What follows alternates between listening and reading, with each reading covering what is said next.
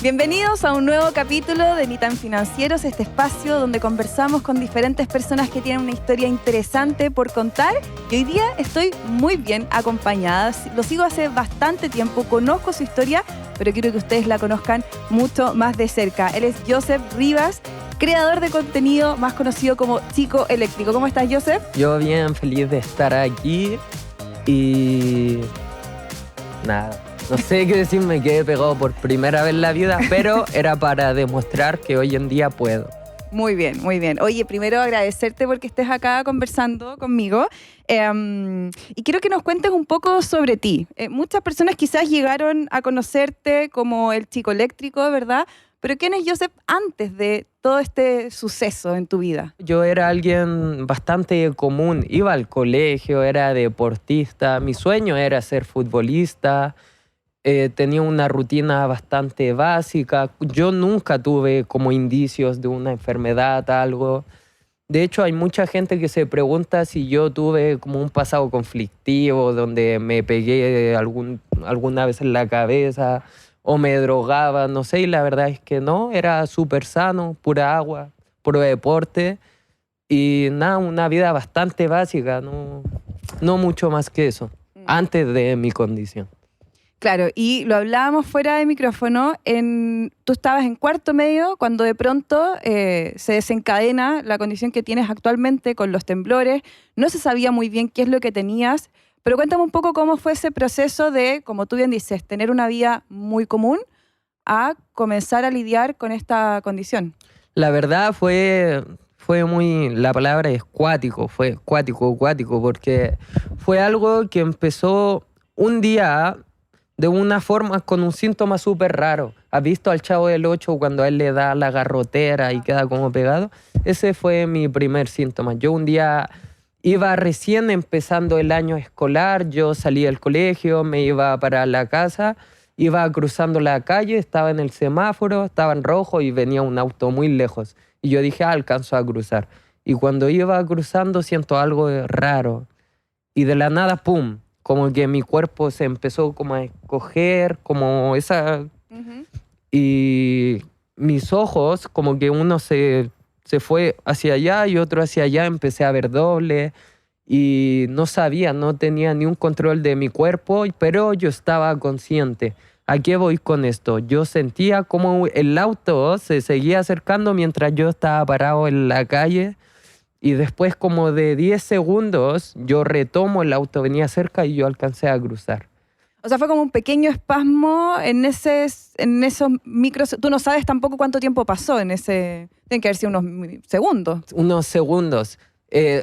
Lo que después dijeron los médicos, después de que me revisaron en toda mi condición, es que seguramente fue algún cortocircuito que tuvo mi cerebro por un daño que estaba teniendo. Más claro. que nada eso.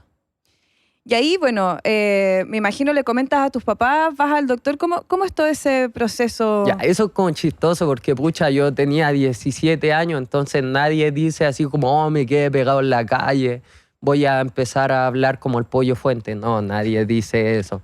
Yo dije, qué cuático, debe ser un resfriado medio fuerte. De verdad que no le tomé el peso. Entonces llegué a la casa y hice mi día normal. Y después al otro día volvieron a darme estos ataques, pero ya no fue uno, fueron 2. Al tercer día fueron 5. A la semana ya me dan como 20 por día. O sea, esto fue en aumento. Lo raro era que yo podía estar haciendo cualquier cosa y venían de la nada. O sea, yo estaba comiendo, se me caía el pan y mi cuerpo empezaba a tener este cortocircuito.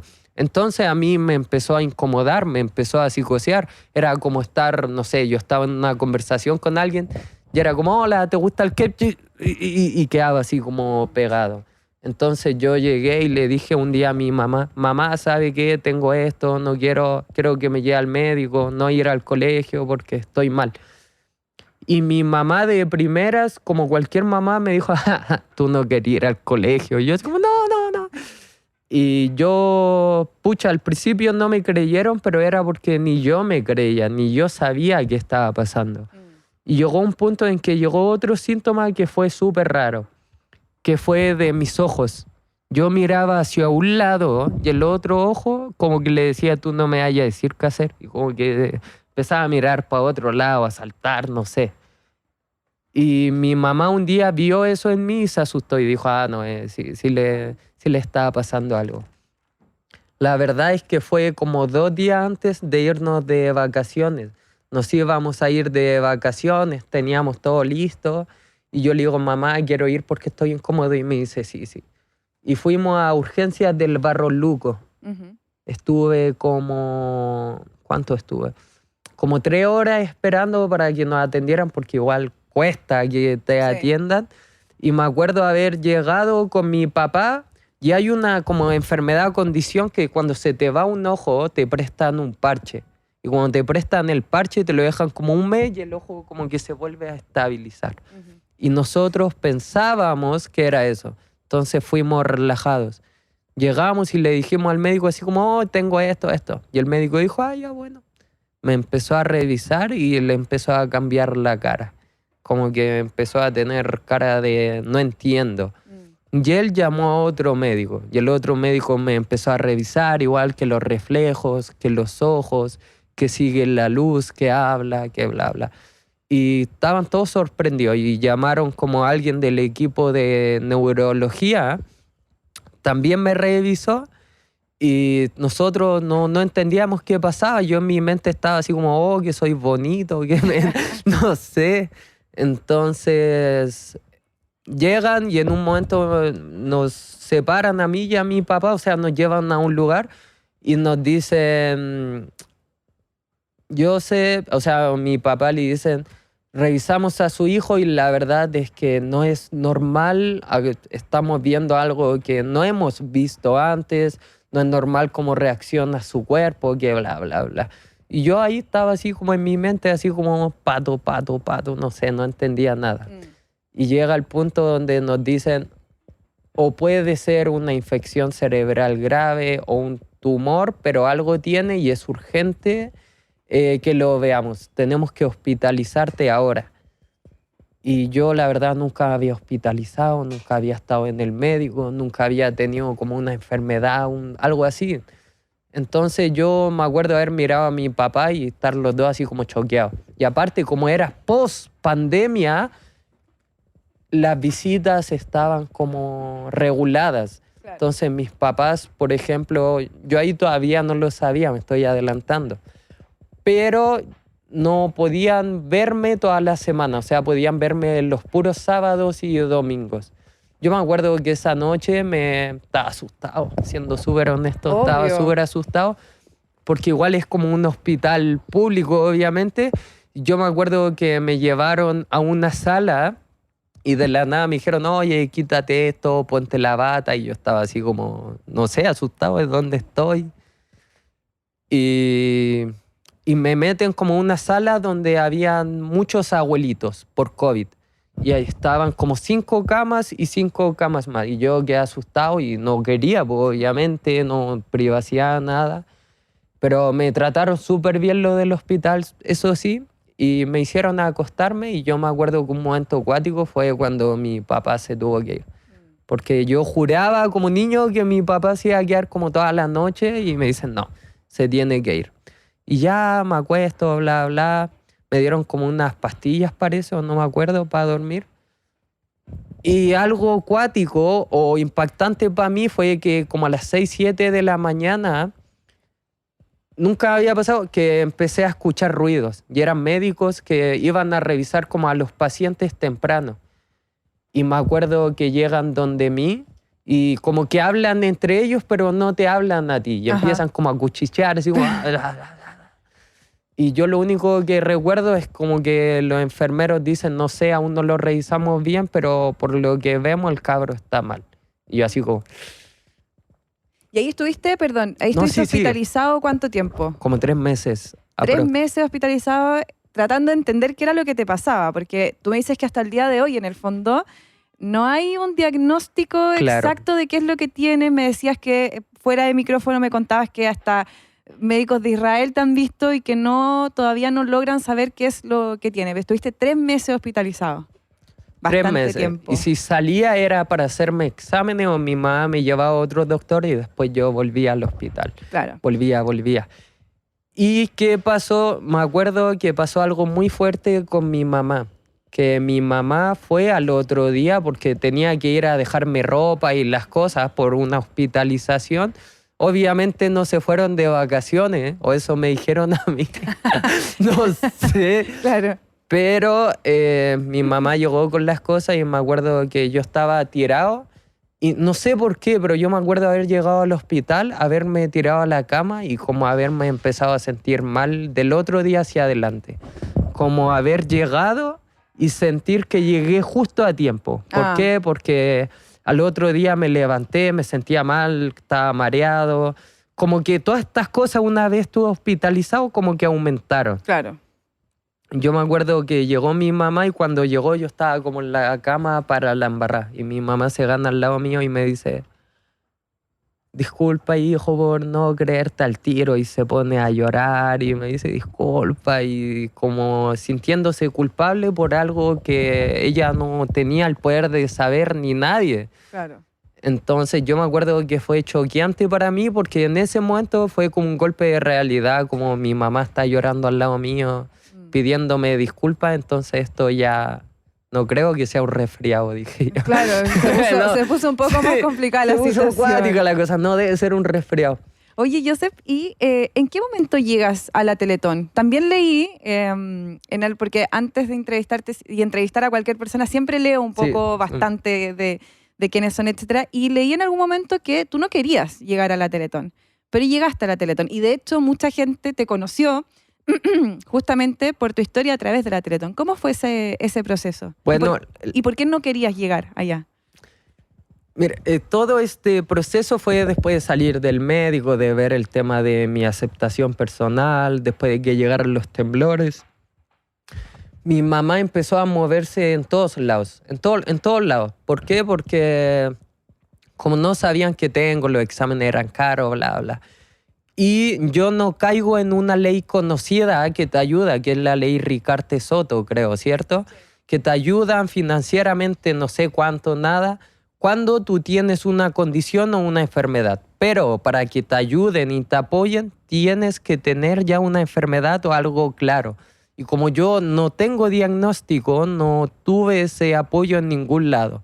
Entonces yo me acuerdo que después cuando yo estaba en mi casa no podía comer, no podía hablar bien, no podía caminar y obviamente el hecho de que te dijeran no lo podemos ayudar porque no tiene una enfermedad, pese a que no puede hacer nada, mi mamá no lo iba a aceptar y empezó a moverse.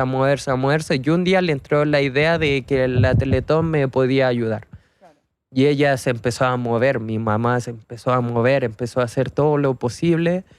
Y llegó un punto donde llegó la idea y como la probabilidad de que yo entrara a Teletón.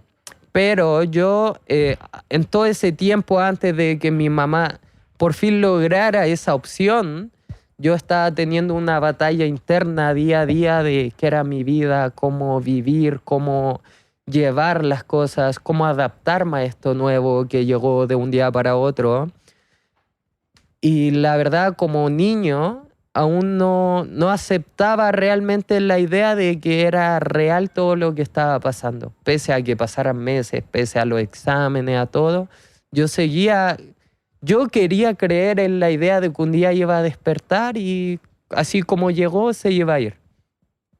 Entonces, para mí entrar a Teletón era aceptar que no iba a pasar eso, que era un paso más allá, de que el Joseph de antes, que jugaba a la pelota, que podía hacer su vida normal, que nunca tuvo eso, que no tuvo que escuchar a su mamá llorar todas las noches, no había pasado eso.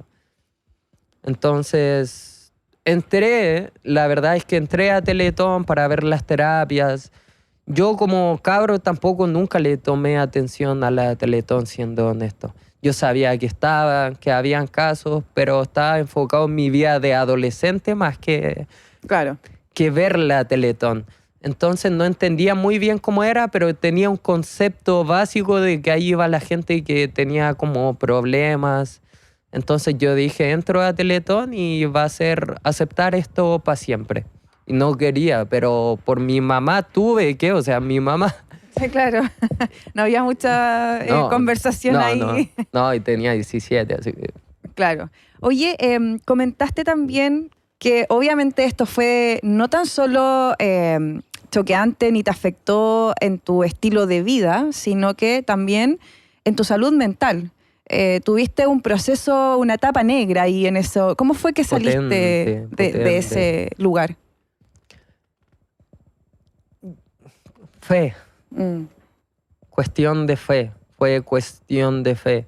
Yo la verdad no soy fan de decir así como ¡ay, que la pasé mal! Ay". No, porque creo que cada persona tiene su batalla. A mí me tocó la mía de una forma muy rápida, muy drástica, donde me tuve que adaptar, pero sí la pasé muy mal. Mi mundo cambió de un momento a otro y tuve que adaptarme, no a algo que fue muy... No me tuve que adaptar como, no sé, un cambio como cuando te cambias de colegio o cambias a lo mejor de círculo, amigos, cosas difíciles, pero esto era más aún. Era tener que adaptarme a algo que no me permitía ser independiente, algo claro, que me dejaba prácticamente sin sueños, sin metas. Entonces yo llegó un momento, como tú dijiste, donde estaba negro, donde no había esperanza ni clara de los doctores, ni de los psicólogos incluso. Yo a mis papás estaban tan enfocados en salvarme que tampoco tenían tiempo ni recursos para estar 100% para mí. Entonces yo llegó a un punto límite. Tú me dices cómo saliste adelante. Bueno, la verdad llegó a un punto donde yo sí me rendí, donde sí tiré la toalla, donde dije, ¿saben qué? La estoy pasando mal, estoy siendo una carga para mi familia. No veo esperanza, no me dicen nada, entonces ¿por qué sigo aquí? Aparte de cosas que desencadenaron esa idea en mí en primer lugar. Yo tuve un intento suicida por diferentes razones. La razón por la que yo salí adelante fue por una señal que encontré, que yo tomé como señal antes de intentar hacer eso. Que fue un billete de 10,000 pesos, lo conté en Teletón, en todos lados, pero más que ser como algo místico, algo que... para mí fue ese billete fue la primera esperanza real, clara que yo vi en toda mi condición. De ese día que entré en el hospital y me dijeron hay que hospitalizarte, hasta ese billete yo no vi ninguna señal clara como ese billete. Y no fue que yo viera el billete y el billete me dijo, no sé, hay pago. No. Fue que cuando yo vi el billete en esas circunstancias, la verdad es que me dio miedo. Porque, pucha, yo no era tan creyente en Dios en ese entonces. O sea, siempre lo fui, pero no tan creyente, pero yo sabía que quitarse la vida era un pecado. Sabía que quien hacía algo así se iba directo al infierno, por así decirlo. Entonces yo recuerdo haber visto el billete y antes que decir, oh, es una señal, decir así como esto, más que una señal, lo tomé como un aviso. Como esto es un aviso para... Y yo me acuerdo que quedé choqueado y antes, y como que quedé mirando el billete y primero que nada pasa el camión que yo iba a usar, por así decirlo. Entonces recojo el billete y yo me acuerdo haberme puesto a llorar y haber dicho así como yo no puedo hacer esto. Volví a mi casa y por primera vez en toda mi condición le dije a mi mamá que la estaba pasando mal, que la gente no me trataba bien, que habían cosas que la verdad no estaba soportando. Y yo no se lo decía a mis papás no porque no hubieran confianza, sino porque yo veía cómo ellos se movían haciendo bingos, cómo le rogaban ayuda a diferente gente para salvarme. Entonces yo no quería como ser un peso más para ellos. Entonces ese día ya como que llegué al punto límite. Y ahí les conté.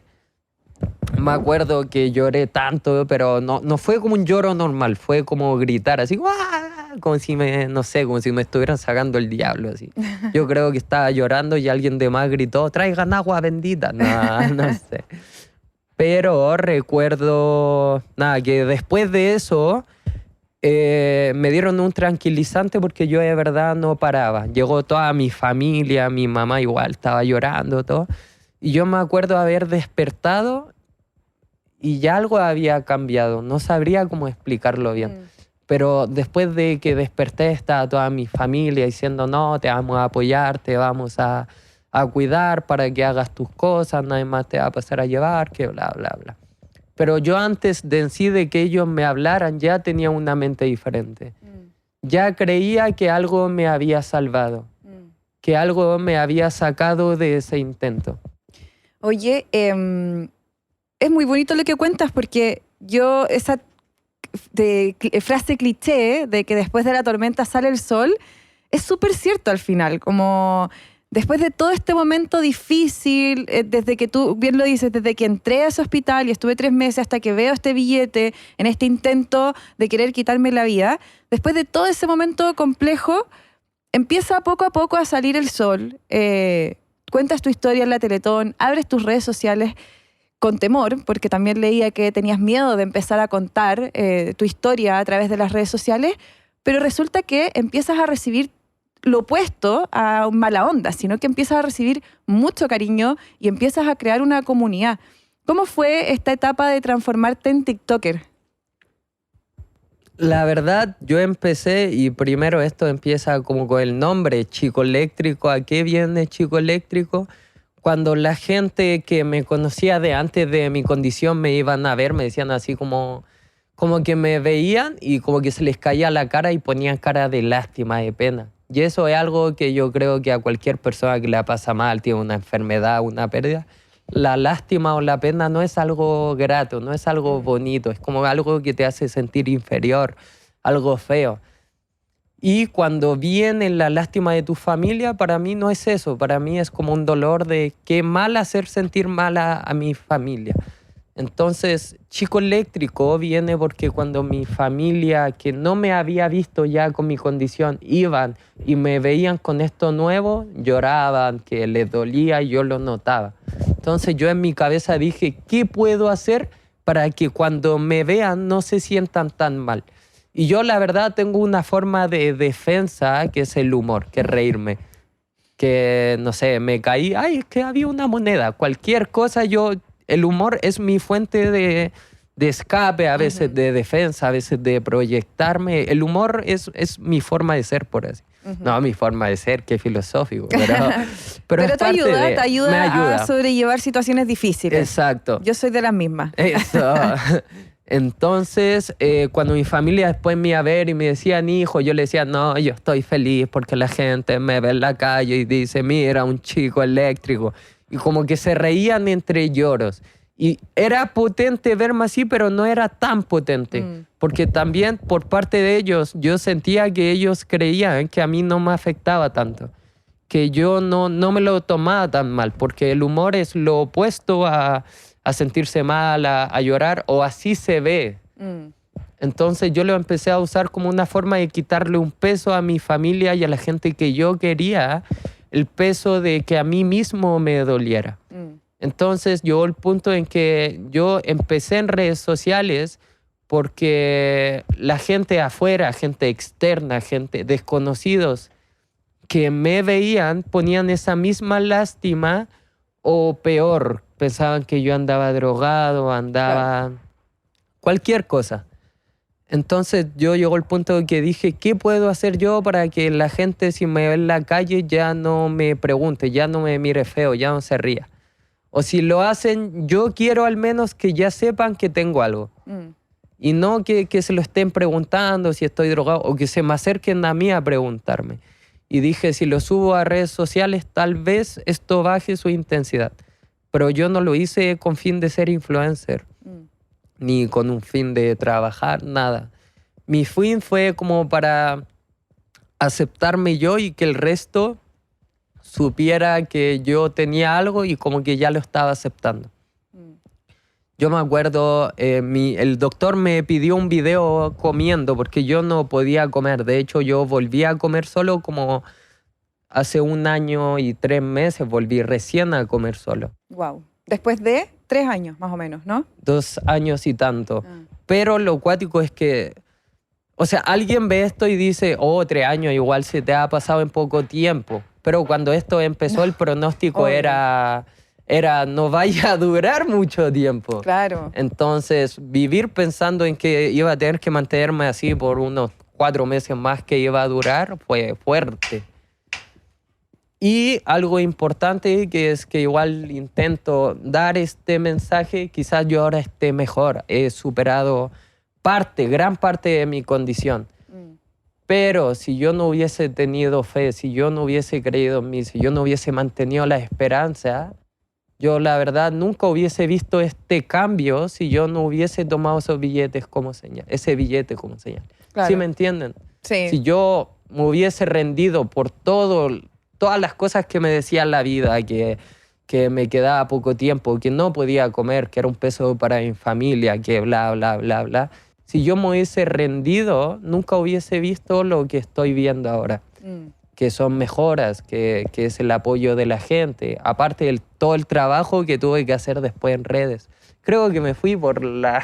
No, está perfecto. La hora nomás. No, te pedí la hora nomás. No, pero es que está perfecto y te encuentro toda la razón porque el primer cambio ocurre en la interna para que después todo lo externo empiece a verse, ¿cierto? Es como cuando uno quiere ejercitarse y, no sé, y bajar de peso. Bueno, los primeros cambios son internos y después empiezas a ver esos cambios externos. Y tiene toda la lógica en el fondo porque también yo veía videos que mostrabas en el 2022 versus este año para pagar con un billete en una máquina, por ejemplo, que antes no podías. Tomar agua, como cosas tan simples que uno lo da por sentado, que lo puedes hacer todos los días y que para ti eran reales desafíos. ¿Cómo llegaste a esta mejora? ¿Estás en un tratamiento? ¿Y cómo también lidiabas con esa frustración de no poder hacer algo que querías hacer finalmente? La verdad es que no lidiaba tan bien con la frustración. Yo la verdad es que sí. Pero automáticamente, no era algo que yo hiciera de forma natural. ¿Qué hacía? Me reía. Era como el Guasón, cuando cada cosa que le pasara, yo de verdad que en ese sentido me comparo, como creo que es una enfermedad que hace que te rías por cualquier cosa, ¿cierto? Estoy triste, me río. Estoy enojado, me río, bla, bla. Yo no es tan grave, no es una enfermedad, nada, pero... Cuando a mí me pasaba algo frustrante o algo humillante, algo doloroso, yo me reía. Pero no era de forma consciente, era como de nervio. Claro. Entonces, no sé, se me caía algo, la gente me miraba o intentaba tomar agua, estaba solo y no podía y como que se me caía, decía, pucha, el agua, y me embarraba de la risa. Entonces, así lo llevaba. ¿Cómo he ido mejorando? Por 2 partes. Una, por terapias. Estuve en Teletón, harto tiempo en terapia. Estoy en Teletón, mejor dicho. Y 2, algo más, ¿cómo se dice? Médico. Mi condición empezó al final dijeron por algo autoinmune. Mis defensas me atacan. Entonces, mis defensas atacaron mi cerebro, se dañaron la parte del control y empecé a temblar de un día para otro. Mi cerebro, yo tuve una encefalitis por esta enfermedad, que eso fue lo grave. Entonces, yo cada 6 meses me inyecto algo que se llama rituximab, que es algo que reinicia mi sistema inmune, mata las defensas malas para que se creen buenas de nuevo. Y cuando las buenas se vuelven de nuevo malas, las volvemos a matar cada 6 meses. Entonces, como ya... no hay algo dañando mi cerebro constantemente, le da a mi cerebro el paso para irse recuperando. Claro, y eso hace que bajen los temblores en el fondo. Exacto, porque se ha ido recuperando en ese sentido. No quiere decir que mi condición no pueda volver en un momento. Eso es algo, yo soy crónico. Tengo que tratarme para toda la vida. Y si pasa unos 6 meses donde no me pongo esto, es probable que me vuelva a dañar. Claro. Y de hecho me daña el cerebro. Yo alcancé a ir al médico, pero si no iba, me iba a dañar a un punto donde obviamente se iba a inflamar y... Claro. O sea, llegaste a tiempo. Oye, fuera de cámara estábamos conversando y me contaste una situación en donde en tus inicios saliste a comprar sin permiso de tus papás y que la persona que te atendió pensó que tus temblores eran tan fuertes que pensó que tú lo estabas agarrando para el deseo en el fondo y te tiró lo que estabas queriendo comprar. Te iba a preguntar, porque en Chile existe la ley de la inclusión, pero en la práctica a veces no somos inclusivos, por ignorancia, por decisión. ¿Qué opinas tú sobre la inclusión en Chile y cómo lo has vivido también? La verdad, yo nunca estuve como enfocado, nunca me enfoqué mucho en lo que eran mis derechos de discapacidad, en lo que es la inclusión. Nunca tomé como esto por el lado de, oh, la gente debería respetarme, bla, bla. Como que siento que yo siempre lo tomé como algo más propio, como algo más, oh, la gente me hace esto, yo lloro. Tengo que dejar, no me tiene que importar algo así. Siempre me lo tomé como un cambio de mí más que del mundo. Pero si hablo y yo opino personalmente de cómo es la inclusión en Chile, de si a la gente la aceptan, si hay un buen trato, una buena aceptación, en mi experiencia, yo es que podría ser muy pesimista pero realista, pero tampoco quiero, porque hay gente que es muy buena en este sentido también. Yeah. Hay gente que te acepta, hay gente que te ve, que te ayuda, gente que da buen trato, pero es mucho menor a la gente que hace lo contrario, que te mira mal, que a lo mejor se ríe. Y la mayoría de las veces, la verdad, es gente o muy joven o muy mayor. ¿Sí me entiendes? Sí. O son adolescentes que te ven, se ríen, se hablan entre ellos. Pero es algo que igual entiendo porque es parte de la edad. Claro. Yo, de hecho, cuando había gente o cabros que me miraban y, no sé, me decían quédate quieto, yo en mi mente decía, la edad del pavo. y seguía caminando. O hay gente mayor que obviamente tienen como eso de, los cabros se andan drogando. Claro. Y como que te quedan mirando así mal. Pero sí creo que obviamente deberíamos mejorar cosas como país en este sentido. Siempre hay algo que mejorar y en este sentido hay mucho más. Yo creo que en el tema de la empatía, de no juzgar tan rápido, de más que ver a alguien y decir... No, antes voy a contar una historia. Yo hubo un tiempo donde por mi condición me sentí muy solo. Porque como empezó esto, dejé el colegio, bla, bla, quedé sin muchos amigos, quedé casi solo. Entonces yo empecé a buscar como amistades, bla, bla, con los mínimos amigos que tenía. Me acuerdo que una vez fuimos a una fiesta y no prendió como que no. Y después dijeron, hoy estamos invitados a otra y fuimos como lejos. Y fuimos en micro, era tarde, bla, bla, y éramos un grupo como de 5 cabros. Y estábamos en la entrada, en la puerta, y nos iban a abrir, y la niña me queda mirando a mí. Y entra a hablar y empezó a cuchichear. Y después sale y dice, no pueden entrar. Y nosotros quedamos así, nos pusimos a alegar así entre todos, y todo así como, oye, ¿por qué? Y yo estaba así como, ¿por qué? De verdad. Y al final llama a mi amigo, le dice, no veía a tu amigo, anda terrible drogado, que se viene a robar las cosas, todo. Y él le dice así como, no, pero es su enfermedad y bla, bla, bla. Y no creyeron y me acuerdo que eran súper tarde, eran como las 11. Nos hicieron devolvernos, nos quedamos sin fiesta, sin nada. Gracias a Dios, a la vida, los chicos con los que andaba no entraron y me dejaron afuera. Se fueron conmigo, se enojaron, tiraron piedras, mataron gente. No, mentira. Se fueron al extremo. Pero sí creo que falta esa parte de escuchar, de hablar antes de hacer cosas. Porque si ellos a lo mejor se hubiesen acercado a mí y me hubiesen dicho, oye, andáis drogado, yo le hubiese dicho, no, tengo una condición, tengo mi carnet de discapacidad, claro. Soy un caso único en el mundo, lo tengo en Tinder, no sé. Claro. Sí, bueno, ahí falta también un poco de educación, como tú dices, saber también cómo uno debe reaccionar ante situaciones que de repente uno no conoce en el día a día. No muchas personas tienen contacto día a día con personas que tengan alguna condición, alguna discapacidad, entonces finalmente no saben cómo reaccionar y por eso la educación termina siendo clave. Hoy día tú, Joseph, estás dedicado o estás dedicándote fuertemente a masificar tu historia a través de charlas. Cuéntame un poco sobre eso. ¿Cómo nace la idea de comenzar a dar charlas? La verdad nace porque yo trabajé con dos personas que nada, eran mi equipo de trabajo y un día me propusieron dar charla y me dijeron, oye, y yo al principio no me lo tomé tan en serio. Pero cuando llegué a un colegio a probarme, dije así como, esto es verdad. Y empecé a contar mi historia sin pensar en que iba a empezar a dar charla, en que iba a empezar a contar mi historia, solo en contarle a chicos un poco más chicos que yo qué era de mi vida, qué les podía aportar, cómo quizás salir adelante, cómo salía adelante yo. Como cuando alguien le da un consejo a otra persona prácticamente. Y recuerdo que ese día me escucharon atentísimos. Yo aún no tenía un formato de charla. Yo ahora tengo mis clases de oratoria, de diferentes cosas y herramientas para poder dar una charla. Pero en ese entonces fue como un conversatorio, de hecho. Y me acuerdo que al final de la charla se me acercaron casi todas a decirme, oye, muchas gracias, tu historia me motivó, me inspiró.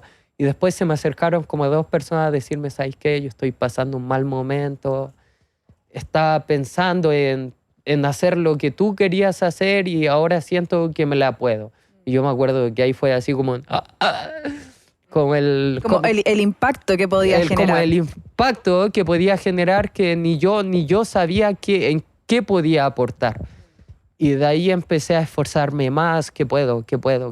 Yo hoy en día creo que doy charlas e intento entregar el mensaje que a mí me hubiese gustado escuchar de alguien. Un mensaje que yo pienso que si hubiese otro chico eléctrico, no fuera yo, y yo padeciera algo parecido, lo escucho, siento que mi mensaje sí da esperanza, que sí da fe. Y igual intento mejorar en ese sentido. Tengo 20 años, no empecé mucho a dar charlas, pero siento que si sigo mejorando ese mensaje, la forma en que lo transmito, y sigo logrando cosas, obviamente, que le puede decir a los jóvenes que no hay limitaciones pese a lo que tengas, creo que sí puedo lograr algo muy bonito y grande que le pueda cambiar la vida a más de una persona. Totalmente. ¿Y dónde te pueden contactar si es que alguien está interesada en llevar tu charla a algún lugar? Contacto elchicoeléctrico@gmail.com. Me da risa estas partes porque es como hablar y después es como recomendado por odontólogos. Claro, recomendado por odontólogos, tal cual. Oye, este podcast se llama Ni tan financieros. Hablamos de plata, pero no tanto. Hoy día tú estás trabajando con tus redes sociales, pero ¿cómo se gana dinero siendo influencer, siendo tiktoker? ¿Es real eso de que TikTok les paga a los influencers o no? Yo creo que hay muchas formas. Yo antes de empezar te dije, tengo que tomar un curso financiero si quiero crecer como cabro, como hombre. Pero sí hay formas de ganar dinero, pero yo no creo conocer todas las formas y por eso es algo que tengo que estudiar. Yo cuando empecé en TikTok empecé a sustentarme yo solo en medio de lives, de en vivos. Okay. Cuando uno hace en vivo, hace batalla y la gente te envía regalos, te envía dinero al final y al cabo. Que uno al final cambia, no sé, ¿cómo lo explico? Por ejemplo, yo estoy haciendo un directo y le digo a alguien, regálenme un tren y el tren vale tanta plata. Al final eso se traduce en dinero real que uno cambia. Yo me acuerdo que cuando empecé, de hecho, tenía canciones, uno tiene que animar, moverse, para que la gente se anime y te dé cosas. Como yo no podía trabajar en nada más, yo me lo tomé como un trabajo muy serio. De hecho, creé hasta una canción. Había un regalo que era el más mínimo, que eran como 10 pesos, 5 pesos, que eran rosas, que son rosas que te dan. Entonces yo me acuerdo que me ponía a cantar rositas para el Joseph, rositas. O por eso esperaba con la carita, papá. Y cantaba cosas para que la gente... Y ahí empecé como a ganar. Igual hay diferentes formas, pero creo que la principal va a base de campañas. Por ejemplo, si yo crezco ya ¿Campañas con marcas, dices tú? Sí, campañas publicitarias. Yeah. Crecer hasta un nivel donde las marcas vean que tienes un público, una comunidad, donde llames la atención. Ahí uno coloca el correo, si alguien está recién empezando, pongan su correo sí o sí, y esto es muy importante, yo estuve 1 año sin hacer eso. Pongan su correo en su descripción de Instagram, de TikTok, porque esto te lo cuento después de que pasó Teletón. Yo no sabía cómo funcionaba este mundo, para nada. Si ahora no sé, en ese momento era aún peor. Claro. Entonces, pucha, había gente que trabajaba conmigo y no sé, si un trabajo en ese momento podía valer 400.000 pesos, a mí me daban 20 lucas y me hacían trabajar, de hecho, 3 veces más de lo que realmente valía. Entonces, chicos, si quieren trabajar en redes sociales o algo, intenten averiguar bien, porque aquí la gente... Uno negocia. Y sí, como uno negocia, el negociante no te va a decir, oh, esto ganan los influencers. No. De hecho, si no te pueden pagar, no te van a pagar. Entonces, sí creo que es algo donde tienen que informarse bien los influencers, la gente que trabaja aquí. De hecho, hay que tener cuidado. No cuidado porque no quiero tirar mala o algo a nadie, pero... investigar bien, leer bien antes de empezar a trabajar quizás con un manager, quizás con una agencia, sí, para entender cómo funciona este mundo, porque a veces uno pierde la mayoría de tu mismo potencial de hacer dinero, de hacer negocios, de crear lazos. Para mí fue algo bastante complicado, la verdad, este tema. Porque además es una carrera muy, muy, muy nueva, y digo una carrera entre comillas, todo lo que tiene que ver con redes sociales. No existe justamente una carrera en la que tú tengas una referencia o tengas colegas, uno se los va haciendo en el camino, entonces no sabe cuánto cobro, este cobro a qué equivale, cuánto es el trabajo que tengo que hacer yo, como tú bien leer los acuerdos. Entonces, claro, es complejo y uno va aprendiendo en la marcha. No, y te quedan cosas. Yo me acuerdo que tuve problemas, bastantes cosas, porque era chico, no conocía el mundo laboral. Llegué del colegio, era primero medio, segundo empezó pandemia, cuando iba a volver en cuarto empezó mi enfermedad, entonces me perdí una etapa escolar, pero inmensa. Donde yo estudié en casa, ojo. Pero, obviamente como niño, como chico, no entendía cosas y me pasaron a llevar, hubieron cosas que... ¿Por qué yo digo esto? Porque la mayoría de los influencers tienen la misma edad, el mismo rango. Entonces es normal que llegue gente y casi que se aproveche de eso. Claro, te ofrezcan menos de lo que realmente vale el trabajo que diferentes cosas, a veces cosas más feas, cosas que sí, cosas que no. Pero yo al principio la pasé mal, entonces hubo un momento donde me perdí tanto que no sabía y sentía que todo el mundo, como no sabes en quién confiar, te habla hasta una marca que a lo mejor tú quieres trabajar bien y hasta te da desconfianza. Y uno no entiende que uno igual tiene que mantener una buena reputación, que hacer bien las cosas, bien un trabajo. Y son cosas que, como tú dices, la carrera de influencer no es como que se estudie para ello. No es como que den un curso donde te dicen, mira, tienes que tener cuidado de cómo manejar tu plata, cómo negociar, de hacer bien el trabajo. Bueno, primero que nada estamos en un podcast financiero, entre comillas, como dijo, y lo financiero no lo enseñan en el colegio. No lo enseñan, y es algo que yo creo que es sumamente importante. Porque, como te digo, yo la pasé mal en ese sentido siendo influencer. Sí. Yo hoy en día igual trabajo con mis charlas, entiendo más, sé cómo negociar, sé cuánto valgo, cuánto no. No 100%, siempre uno sigue aprendiendo, pero sí es un rubro donde no hay reglas claras. Sí, cada influencer, cada creador de contenido tiene su propio tarifario. De eso después yo aprendí también. Yo me acuerdo, ¿sabes lo que yo hice cuando partí? Porque yo también trabajo con algunas marcas. Le escribí a otros colegas financieros para preguntarles cuánto han cobrado, si es que han cobrado, y si no, ¿cuánto cobrarías? ¿Cuánto crees tú que vale lo que me están ofreciendo? Y eso me ayudó muchísimo. Hablar de dinero con gente que está en la misma que yo me ayudó mucho, mucho. La verdad, eso es algo que yo hago hoy día. De hecho, hace poco, a mí, por si no me gusta hablar de nombres ni de nada, pero hubo un influencer que me habló y me preguntó, oye, ¿sabéis qué es bueno esto? Un contrato que yo en el pasado había firmado y no me no me ayudó en nada. Y yo le dije, oye, ¿sabes qué? Mejor que negocies tú, encontré un man. Y yo le di los consejos que yo no pude tener. Claro. Porque cuando yo empecé en esto no conocía ni un influencer, no empecé para ser influencer, no tenía a quién preguntarle. Y aparte de que yo tuve una etapa de influencer potente, pero después de la Teletón como que fue como que todos querían al chico eléctrico. Y eso fue tan desbordador que no tuve tiempo de pensar, ni de entender, ni de estudiar.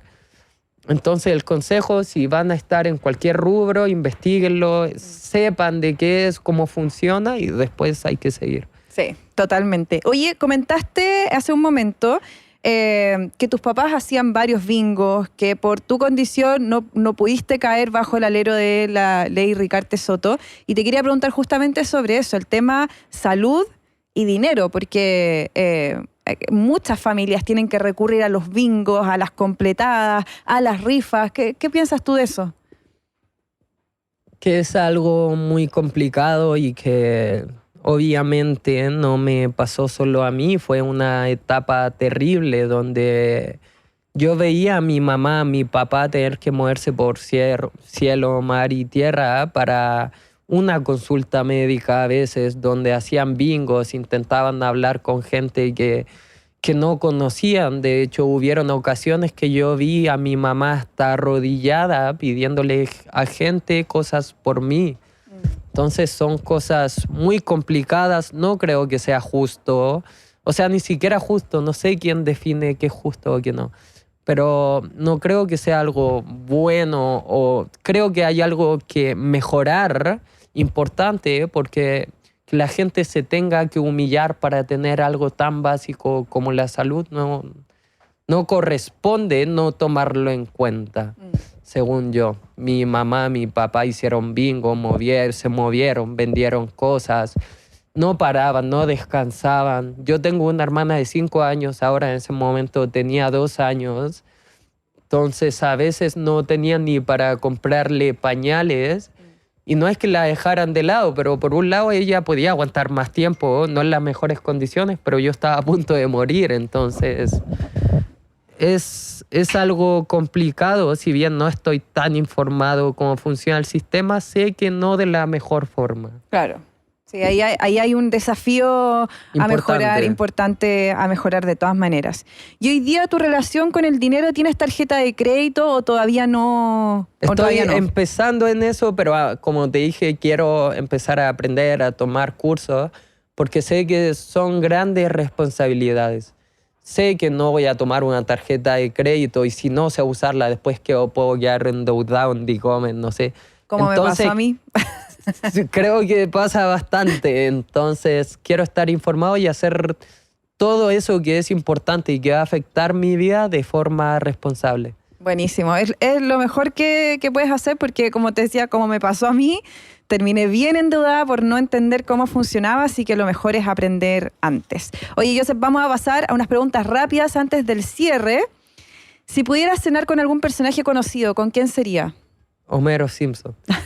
No, pero tío, el personaje ya... Pero igual está bien, po. Si pudieras, estamos hablando si pudieras. No, con Homero no. A ver, ¿quién? Robert Kiyosaki.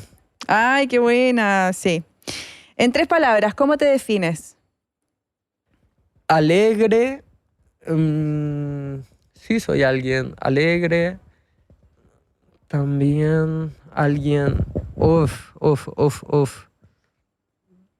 Resiliente.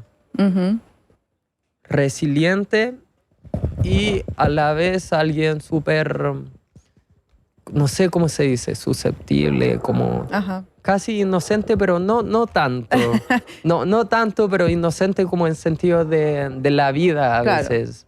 De creer más en algo. A veces uno cree que la vida es más animada, colorida, de lo que realmente puede llegar a ser o nos gustaría que fuera. Claro, a veces omites como quizá esa maldad intrínseca que puede tener. Exacto, y de uno mismo, que al final todos tenemos. Sí, claro que sí. ¿Canción favorita? Al menos. Duet, de Boa, nuevo tema. Ya, bien. ¿Red social favorita? Ahora mismo Instagram. A mí también me gusta Instagram. ¿El mejor recuerdo? Yo creo que mi mejor recuerdo fue cuando salí del hospital después de mucho tiempo y estuve sentado conversando en un parque. Suena como que le quiero meter filosofía y como hay valores, pero no va en eso, porque yo cuando estaba en el hospital veía a los doctores verme y hablar como de no creo que este cabro salga, y no me lo decían directamente, pero yo lo escuchaba a los enfermeros, a los TENS ahí hablando y todo, de forma irresponsable, obviamente, entre ellos, pero yo escuchaba. Entonces yo sentía que me iba a morir en un hospital, en una habitación llena de abuelitos depresivas, donde suena el aire, entra, sale gente. Y yo me acuerdo que era penca pensar morir ahí, yo no quería. Ni siquiera morir. Yo decía, alguna vez volveré a salir, a conversar con la gente, sentir el sol, sentir el aire, que aunque parezca tonto, son cosas que uno sí extraña. Claro. Sí valora más que a nada. Entonces yo me acuerdo cuando salí del hospital, yo estaba con mi mamá y nos sentamos como en una plaza o en el parque, no me acuerdo, y haber sentido como ese viento y ese sol, y haber hecho así como... ya no huele a medicamento. Así como... Claro. O sea, salir fue prácticamente un milagro, porque contra todo pronóstico en el fondo. Tampoco tan así, porque yo salí con la expectativa prácticamente de mejor que muera en su casa, pero yo salí... eso más que nada, por si acaso, no fue de parte del hospital. Del hospital Barros Luco fueron un 7, todos los profesionales, todo. Pero mi mamá se movió, hizo consulta en todos lados y con los exámenes casi todos los médicos decían así como... De hecho, hay gente médicos, una vez vimos un neurólogo que me vio y a mi mamá le dijo en la cara así como, bueno, tiene que disfrutar nomás y ya. A veces pueden ser muy duros los médicos. Cuático. A mí me pasó una situación similar cuando falleció mi mamá. También fueron muy duros algunos médicos. Después uno intenta razonar y decir, bueno, están tan metidos en su trabajo que a veces no tienen ese tacto que uno quizás espera, pero a veces pueden ser muy duros. Y a veces para ellos es un sentido de ser éticos o responsables para no dar como esa esperanza, pero a veces igual la forma creo que podría ser más suave. Totalmente que sí. Oye, ¿qué es lo que más te gusta de ser el chico eléctrico? Que creo que mi historia puede cambiar mentes o decisiones. Maravilloso. Y por último, una recomendación de serie, película o libro. Serie, estoy leyendo un libro que se llama Gestiona tu tiempo para jóvenes, que la verdad para gente como yo, que igual yo tengo 20 años y estoy aprendiendo. Miren, yo siempre digo tengo 20, cuando tenía 19 decía tengo 19, 18, pero es porque sé que soy un humano y nunca lo voy a saber todo. Quizás cuando tenga 70 años lo siga diciendo, no sé. Pero ¿a qué voy con esto? Que igual soy joven, sí. Y soy alguien que le cuesta gestionar cosas y a la mayoría gestionar tiempo, que tiempo para esto. Y ese libro me ha gustado porque te enseña cómo hacer todo lo que tú quieres de forma correcta. Entonces creo que hoy en día, aparte de educación financiera, sí faltan hartos tipos de educación. Como la de gestión, la de organizar, la de... Eso. Buenísimo. Oye, y yo ahora te quiero hacer entrega de mi libro. Este es mi segundo libro, No basta con ahorrar, hay que invertir. Acá vas a aprender todo lo que necesitas saber para el ahorro y la inversión, así que espero que lo disfrutes. Me sirve. Sí. Muchas gracias. Va a conocer ahí también un poco de mi historia para que veas cómo fue que yo logré invertir. Oye, Joseph, quiero agradecerte enormemente por haber venido a mi podcast. Lo pasé muy bien conversando contigo. Eres una persona bacán y yo estoy segura que te va a ir increíble en todo lo que te propongas. De verdad que sí. Muchas gracias, muy agradecido de estar aquí. ¿Y cuándo me pagan por fingir? No, mentira. Pero muy agradecido, de verdad. Y por el libro igual para empezar a aprender y ahí ver si saco una tarjeta de crédito. Eso, buenísimo. A ustedes también muchas gracias por llegar hasta acá. Recuerden suscribirse para que estén atentos a cada vez que se estrena nuevo capítulo y nos vemos en una próxima. Chao, chao.